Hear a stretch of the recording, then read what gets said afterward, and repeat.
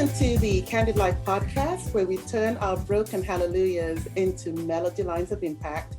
And I'm your host, Lydia Gargo. Today's theme is the second part of what I'm calling Lessons I Learned from My Father. And today I am delighted to have a very good friend of mine. Yanni, welcome to the Candid Life. Oh, thank you for having me. That's very good. It was a pleasure. Excellent. Oh, by the way, family, I just want to say that Yanni is actually in Manchester, England. I met him quite a number of years ago, and over the years, we've done a couple of things together, from music to church and just jamming, because we're both musicians, and so that relationship has grown over the years. So it's great to have him on the show today. Well, Yanni, I would like you to, first of all, tell us your full name, tell us a little bit about where you're from, Okay. and maybe share a little bit about your background. Yeah, well, my name is Yanni Kupuroglu, and funnily enough, most of the times my surname doesn't fit in all the forms. It's annoying that I have to spell it all the time, but that's something I have to go by. I grew up in Greece, in Athens, as a kid, and then when I was about 21, I decided to come to England. I grew up in I'm trying to avoid the word strict evangelical community, because strict sometimes it means restrictive or abusive, where I believe the community I grew up was full of love and basically freedom to become who you are. It's just my parents were devoted Christians, so they wanted to make sure that everything they do is according to what God wanted them to do. And because of their responsibility in the church, and my dad would play the keyboard and my mom would do a lot of counseling in the church, they felt obliged that their kids, they're growing up in a decent manner, but not in order to fulfill any obligation. It's just that this is who they are. They wanted to show the love to their kids, and I can say that I'm really privileged to grow up in such a extended family, not just my family but the church family that I grew up with. And it's always funny how you see your life as a kid and how you see your life now as a kid. It's different when you see it when you are a kid, and when you're, as a kid, you think you're restrictive, your parents are abusive, and, you're terrified of them. And then when you grow up, you're thinking, well, it hasn't been that bad, really. It's just my parents really love me. And obviously, I guess Greece as well, there's a lot of emphasis in family and, in community. It kind of like shaped the way I am in terms of how I share information with people, how open I am with others, how I receive and give love to others as well. I think my background, just the pre-21, it really shaped me, I believe, to who I am now. That's great. So how many siblings did you have in your family? I've got 3 more siblings, so we're 4 altogether. So I'm the second. I've got my brother Danny, lives in Nigeria. My younger brother lives in Greece, and then I've got my sister that lives with me here in England, and we're just running a business together. So I'm curious, though, why did you immigrate to England? Well, I always had that dream, obviously as a teenager, to do something in music. So I had a friend of mine from church that he had just come back from London. I think he came through a church mission or something like that. He was telling me, if you go to London or to England, find these American black musicians that they play incredible music, and then you will definitely make it and all that stuff. So he just put something in me that I thought perhaps that's my dream, because I can't see my dream happening in Greece. The music is different. The environment doesn't really help that. I remember as a 19, 20-year-old kid, I guess the whole Greek culture is about having a great life, like great holidays, great community, eating well, swimming in the sea, holiday home. It's all about the life. And I remember sitting on the beach, it must have been about 19 or 20. And I'm thinking like, I can't have that life. It was just my dream to do something with my life that perhaps the immediate community that I was living with, it wouldn't give that to me. So, and that's not to say that there were no opportunities in Greece. It's just that the opportunities that I was looking, they were not there at that time. So, yeah. So what did your parents actually do? What was their livelihood? My father was having a socks factory. It's a type of business that involves a lot of hands. You need to just, get the machine to get the initial sock, then you need to sew it at the top, turn it inside out, send it to be colored, coming back, it needs to be ironed, then it needs to be like matched together, put in the labels and stuff. So it's really highly intense. So it's something that as a small child, I would go to school in the morning, then come back home to eat, and then I will go to my dad's factory and work. And my dad basically, I think it was a difficult time for kids, economically not great, so he had to work really hard to make ends meet. So I guess that's where I've learned from my dad to work really hard. And I guess a lot of times, like, we wanted like a day off on a Saturday, something, we had to work really hard, during the week. So some of my dad would feel satisfied that we make enough money in the week so I can have like a bit of a break on a Saturday. My mum would be offended if I say that she's just never worked, because she would say that having 4 kids and also having my dad in the factory, it was more than work. Now, obviously, I haven't raised any kids, so I don't know what it feels like. So I take her word, especially with the circumstances that she grew up. Yeah, my mom was mostly involved with the church. Like I remember at home, used to be like an open home. Everybody can come in and chat for hours, come in the morning having tea, and having lunch, dinner, until my dad would turn the lights off. So she didn't have a secular job as such, but I remember she would constantly be active in anything. She would either paint or making flowers from wax or something. It was very artistic and stuff. So yeah. I'm just curious though. So you came to England with this dream or idea. Did you feel those expectations were met when you came, or were you surprised when you came to England and thought, this is a little different from what I was expecting? What was your experience when you came to England? Well, one of the things that really surprised me when I came to England, because obviously I had this dream that when I come to England, I would turn into any radio station and I could just listen to Christian music. Now, I was almost shocked to see that England was not that dream. There were hardly anything Christian on the radio. In fact, the only Christian radio I could hear was like a pirate radio from Moss Side on Sunday morning with some kind of like very amateur sort of amplifier. So the Christian music scene was not quite there.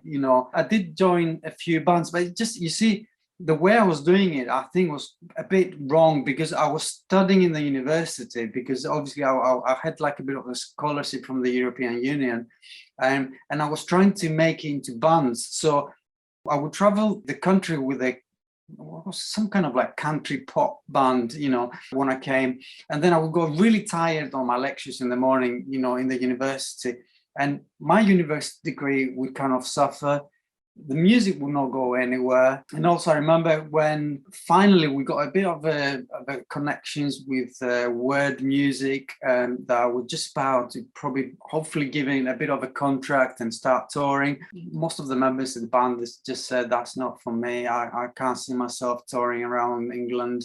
I've got a family, I've got a dog. I don't know. It was like suddenly all the excuses came there, and I felt a bit disappointed, because I felt like if you want to follow your dream, you need to follow it all the way. So if you start becoming difficult and you're looking for your comfort, then perhaps you need to evaluate whether you're actually dreaming or you're realistic with your dream. So I was a bit disappointed with that. I did join a few other bands, but there was nothing major. And I believe mainly because the majority of the members of the band, they didn't really have the commitment or dreaming big enough to say, you know what, let's just do it. And as you know, that music is a very competitive industry. So what did you study when you were at the university? I did a first year in applied life science in Manchester University, and I came as an exchange student, so I was supposed to go back to Greece after that and finish my degree. But to me, that was the escape plan, getting out of Greece. Otherwise my dad would not let me. So then I asked the university to take me on, and they said no, because you did really badly, and I really did very badly. But the reason that it was because I didn't speak any English, when I came here. And then I just walked, I remember, down the road to Manchester Metropolitan University. And I remember I had an interview with the guy, and he goes like, so do you promise me that you're not gonna fail again? I'm like, I promise you, I'm never gonna fail again. And guess what? On the second year, touring around with bands, in the country, I just failed badly again.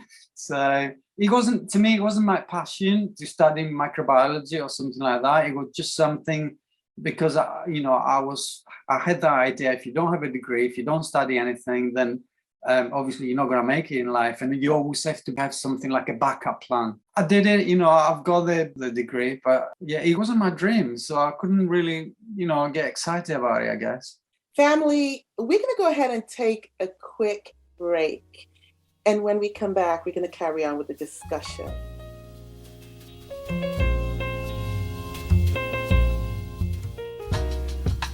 Welcome back. And if you're joining us, this is the Candid Life podcast. And I'm your host, Lydia Gago. Today, the theme is lessons I learned from my father. And we are privileged to have a very good friend of mine, Yanni. When I met you, Yanni, you've always been a very independent person and someone who's always desired to work for themselves. Yeah, it's always been like that, from you fixing those computers and, oh my goodness, it's been endless. What are some of the things you did? And, I don't even have to ask you what motivated you towards, starting your own business. Your parents definitely were very, very much a part of that. But just tell our listeners just briefly, what were some of the things you did before you started this bag factory with your sister? Just really briefly. Well, obviously, I got a degree in microbiology, and nobody wanted to employ me because I was overqualified for the jobs I was applying. So I eventually ended up doing data entry, which is basically entering data on the computer. It's kind of the lowest, jobs you can get, and that was through an agency that they could kick you out anytime. I worked for the Royal Bank of Scotland, for CIS Insurance, constantly moving about. And it's quite sad, really, because I ended up getting nearly sacked 3 times. I remember I had like a deadline of 3 months in any job. I couldn't do something that is not creative, and I would probably take the mickey of what I was doing. Like I would go for a chit chat. I would go to the toilet for 20-minute breaks. I would do anything not to do the job that they were giving me. I remember my last time I was at Royal Bank of Scotland, I was working part-time, and I was basically going there to chat with my Spanish friend. I wasn't going there to do any work. So I remember the manager picks me up one day and goes like, can I have a word with you in the office? And he goes like, Yanni, we've been monitoring your performance, and I've just looked at the lady behind you, and she's entering 80 cases a day. He says, you are entering 8. So he goes like, I'll give you until Friday, and if you don't improve, you're out of here. Off you go. And he just left me. I went back to my chair. I spoke nothing. I was red, embarrassed, and I remember I said, God, I'm a really bad reputation for your name in here. I don't want to do that. I want you to help me do something. So at that time, that was like the beginning of the online trade with eBay, early 2000s and stuff like that. So I thought, what can I do? Obviously my dad will always encourage me to fix stuff. For some reason, he had faith in me that I would fix anything. He never gave me any training. He gave me a massive soldering iron that the plumbers used, and I had to fix the TVs and the radios and stuff like that. So I thought, well, perhaps I'm good with fixing stuff. So I started fixing video players and getting them from the local market, fixing them and selling them back to the paper. Or, obviously there was no internet at that time. That was my first job. And that picked up after the video players. Then, especially with eBay, I would buy stuff secondhand from the market. I remember I used to have an old webcam, and I would take photographs, try to clean the carpet and make them look really nice in an old generation, photo, and then start selling things over the internet. And that grew up to a business, and then fixing more and more laptops until to the point that everybody discovered it. And then obviously I had to do something different. And then my sister was doing something similar with bags. It came to a point where we just kind of merged, our knowledge together, and she asked me to join her adventure. So, yeah. So I'm assuming you eventually packed it in with the Royal Bank of Scotland? Because I used to work part-time there. So I used to go 7 o'clock in the morning, go to the market, buy my stuff, coming to Royal Bank of Scotland with 2 bags full of things, and leave 1 o'clock, coming back home, taking the photos, upload them on the internet, and then do that again. And I remember I put like a threshold, and I said that if I ever start making £500 a month from this, Royal Bank of Scotland is going. And the moment I start making 500, I just gave my notice, and the rest is history, I guess. Yeah. So in starting this business, what has been some of the joys and the challenges? And then we're going to take a quick break, and we'll talk a little bit about your relationship with Dad. Well, I guess I don't know if we call it joys. To me, it's like I don't know how to say that, but I used to be the lowest paid person in church. Some of my friends, they were just boasting about the money that they're making and all that stuff. And then I remember God gave me a vision or something that some people that have been. Now this is, I'm gonna be careful because we don't measure like success in life based on financial success, but God told me that people have been in the back, they will come at the front. I guess it means like anything that you lack, He will fulfill it and He will bring it to fruition. So to me, the joy of it is that God trusted me with something, and it's kind of like shows me that if God wants, He can do anything. And He can do anything with somebody that's been sacked 3 times, with somebody that nobody really gave him an opportunity. And to me, the joy is that, God gave me that opportunity. He answered my prayer that you don't want to be a bad reputation for me, but then you need to follow my lead. I think, especially in the beginning, it's just how God opened doors and opportunities. One of the scenes is like myself and my sister, we live very close to each other. So there's only one house that separates us with. And I remember my sister, when we set up the initial business, she would be retail and I will be wholesale. And we basically be 2 people working from their bedrooms. And it's funny how we start selling leather camera bags to places like Harrods in London, some of the most prestigious shops, from our bedroom. It's crazy how God started opening things without me doing much. It's just that it was like God's timing. And to me, throughout the whole journey, I guess there's somebody behind me that's like a kid, It just raises you up and grows you up in every aspect of the business. The joy has been, it's just that God is behind me in all this. It's been a very difficult journey. And I guess anybody would say that the most difficult aspect of any business is just dealing with people. The aggro sometimes, the language, the atmosphere that sometimes, the people can bring in the factory. That can be really draining, and there are times that I felt like enough is enough. I'm kind of giving up, or my mental health is gonna go. So it's been like this, but it's been the assurance of God telling me, no, this is where I want you to be. That kind of like kept me throughout the years and throughout the difficult times. Emily, we are going to go ahead and take a quick break, and when we come back, I'm going to ask Yanni a little bit more about his relationship with Dad, because that's what it's all about. It's Father's Day and the lessons that we've learned from our fathers. So we will be back in a couple of minutes. Don't leave. Welcome back to the Candid Life. I am your host, Lydia Gargo, and today we are privileged to have Yanni with us.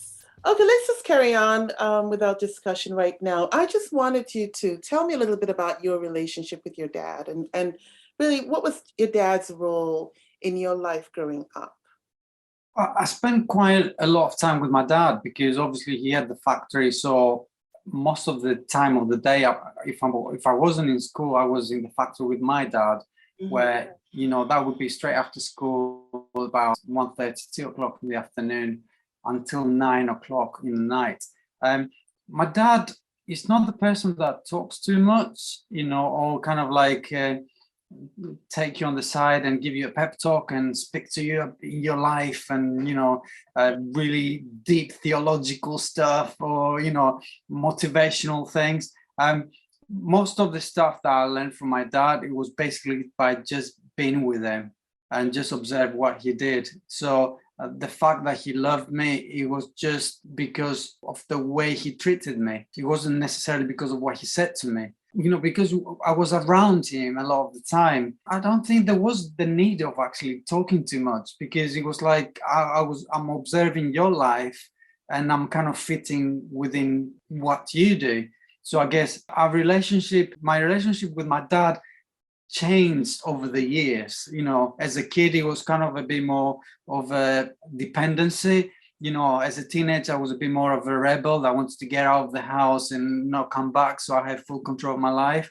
And later on in life, it became more of an equal, more of a friend, rather than the person that I'm scared of or somebody that has got authority over me. So it's a great relationship. Like you said, as time went on, that role of dad changed as you got older. Was there any time in your life where there was just this tension there was a misunderstanding there, and you had to kind of both figure out how to work it through?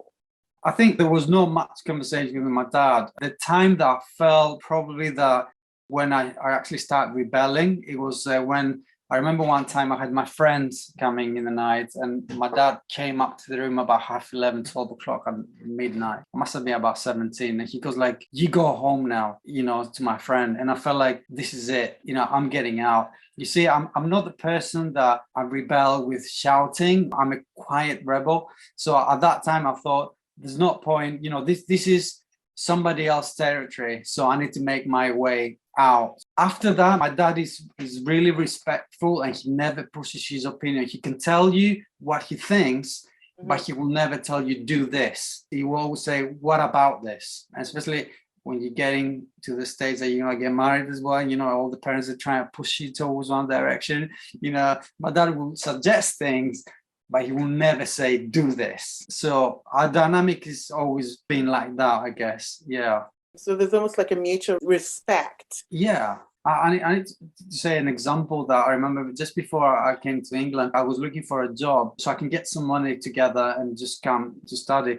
And I remember my dad said, you just come and work for me. I'll give you £10 every day. Sounds good for 2-3 hours, £10. So we work in the flea market at that time. And I remember there were days that he will make £8 in the full day. And then my dad will get his wallet out, he'll give me £10. And it struck me, because I'm thinking like, but dad, you made £8. He said like, yeah, but I said to you, I'll give you £10 a day. So he never kind of, the fact that you're my son doesn't mean that I can take advantage of you. I remember later on he came here, he knew I had a business. He goes like, can you buy me a battery charger? I'll pay you back. And I was like, come on, Dad, you don't need. He said, no, I'll pay you back. I bought him a charger, I remember, from Maple in the electronic shop. I came back, he took £20 and he gave it to me. And I'm thinking like, he's the type of person that he will respect you, and he won't take him for granted that you are his son. So you're obliged to do specific things. And that helped me out, not with just my relationship with my dad, but relationship with everybody else. That if my dad treats me this way, that he's almost like entitled to some stuff, then I bet I've got to treat everybody like that. Were there any other moments that you would like to share about, things that your dad taught you? I think one thing that kept me grounded with my dad is that he's never impressed, with things. But I'm wondering whether however, he's not impressed in front of you, but then he will go back somewhere and he will say, oh, my son did this or something like that. I was so happy that we employed, I think, 20 people at that time. And I said, Dad, the business is going well. We employed 20 people. So he goes like, so I used to employ 40. You don't know how to respond, because you're expecting like a well done or something, my son. But to me, this is what kind of kept me to think that I can always strive for more. So he didn't do it in a badness. It's just he's naturally always wanted to do things with his life. To me, I love that he doesn't tap me on the back to be comfortable where I am. He just pushed me.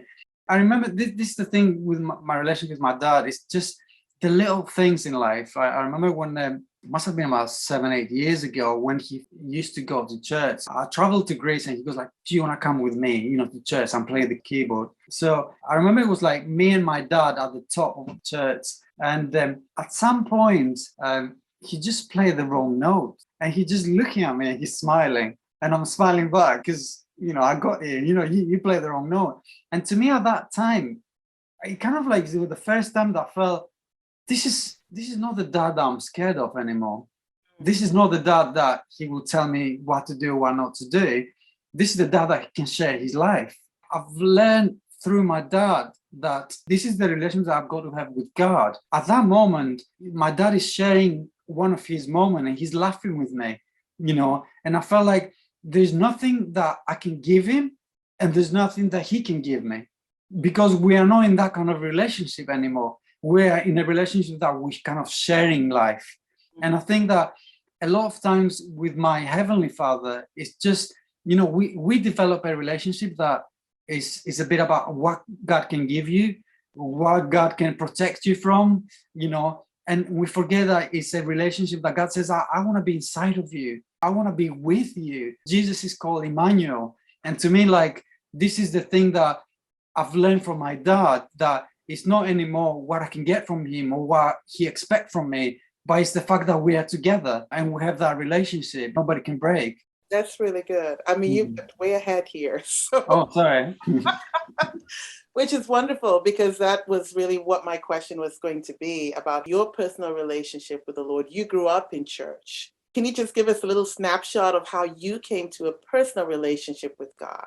Well, I became a Christian really early when I was about 8 years old, because of fear of staying back, after the rapture.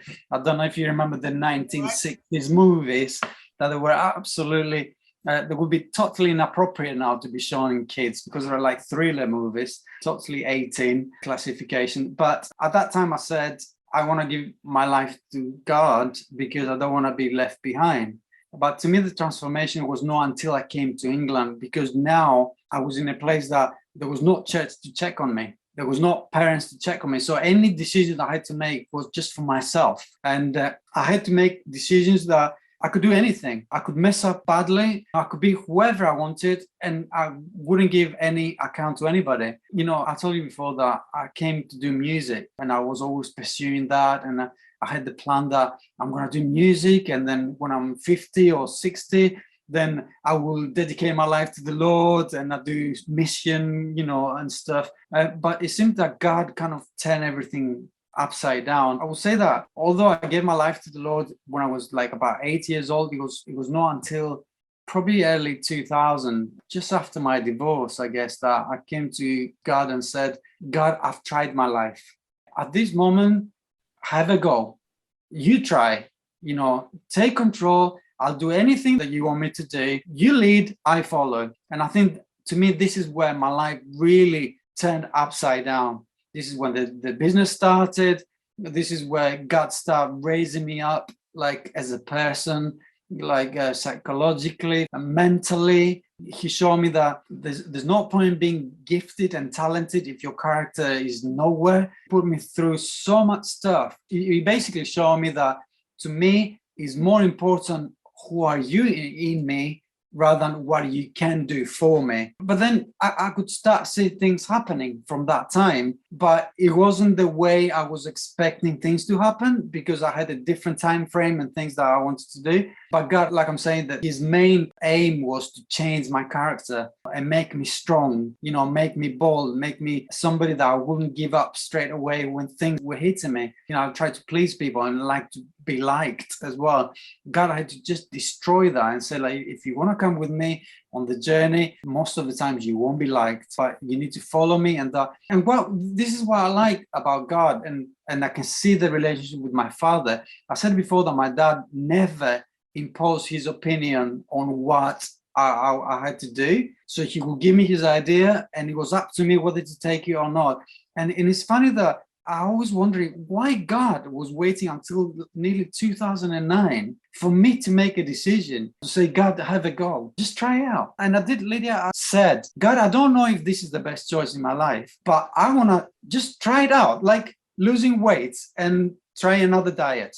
So I'm going to give you a go, like another diet, and I say, am I making the biggest mistake in my life here? Or it can be the best decision I've ever made. The things that I've seen that God is doing, I can only say that just been incredible, because I couldn't think myself even leading a business, with people, making decisions that affect others, doing that and multitasking. I mean, multitasking for me is incredible. I can't do more than one thing, So some people say men cannot multitask. That's definitely true for me. So I guess the way I've seen my earthly father behave, I can see almost like an identical way of God treating me exactly the same way. And I'm glad I finally did it. So as we close out, as someone who has been blessed to have a relationship with your Heavenly Father that you just beautifully described, and your earthly father, that has grown over the years, what does it mean for you to have a candid life? I think to have a candid life, having an authentic life, it wouldn't be without allowing God to do something in my life, because everything that I wanted in my life, it was a copy of somebody else's life. So to me, it's just the moment that God took over my life and I said, you take control, that to me has been the authentic life, because I've seen the way he operates in my life is not the same as the way he operates in somebody else's life. Even the way God is running the business is running it in not the conventional way. Both my sister and myself, we don't have a degree in business. This is to me the incredible thing about God giving you a candid life, is the fact that he picks up anybody and he creates a life that is so tailor-made to yourself, that is got an incredible kind of purpose, and to make it to that measure, that the Bible says to make it to the measure of Jesus Christ, so he's trying to elevate you to that level. So to me, like, the authenticity is that God keeps some parts of you. I still like music. I don't stop, playing the guitar, but then the way God kind of put things together in my life, I would have never been able to work it out myself.